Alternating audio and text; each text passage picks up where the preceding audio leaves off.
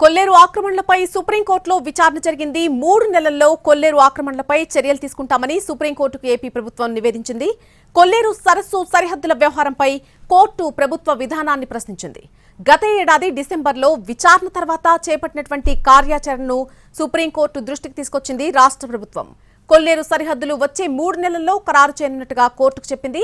గత ఏడాది అక్టోబర్ నుంచి ఇప్పటి వరకు సుమారు 5,000 ఎకరాల్లో ఆక్రమణలు తొలగించినట్టు కోర్టు దృష్టికి తీసుకొచ్చింది. ఇక మిగిలిన ఆక్రమణలు కూడా తొలగించే పనిలో ఉన్నట్టుగా ఏపీ ప్రభుత్వం వివరించింది. రాష్ట్ర ప్రభుత్వం ఇచ్చినటువంటి ఆ ఎఫిడవిట్ ను పరిశీలించి సుప్రీంకోర్టు తదుపరి నివేదిక దాఖలు చేయాలని ఆదేశించింది.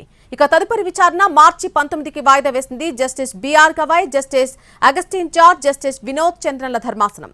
మార్చి 19 లోపు మిగిలిన వివరాలతో అఫిడవిట్ దాఖలు చేయాలని ప్రభుత్వానికి ధర్మాసనం సూచించింది.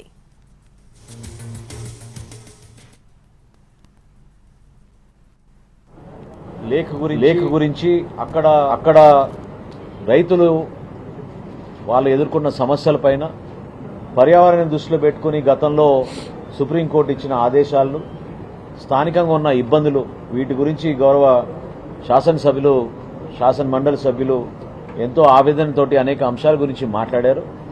ఖచ్చితంగా సుప్రీంకోర్టు ఇచ్చిన ఆదేశాల మేరకు క్షేత్రస్థాయిలో ఉన్న వాస్తవ పరిస్థితిని కూడా బేస్ చేసుకుని లిడార్ సర్వే పూర్తి అవ్వాలి. దానికి ఇరిగేషన్ డిపార్ట్మెంటు, రెవెన్యూ డిపార్ట్మెంటు, అదేవిధంగా ఫారెస్ట్ డిపార్ట్మెంట్ ముగ్గురిని సమాయుత్తం చేసే విధంగా గౌరవ కలెక్టర్ గారికి ఆ విధమైన బాధ్యత అప్పచెప్పాం.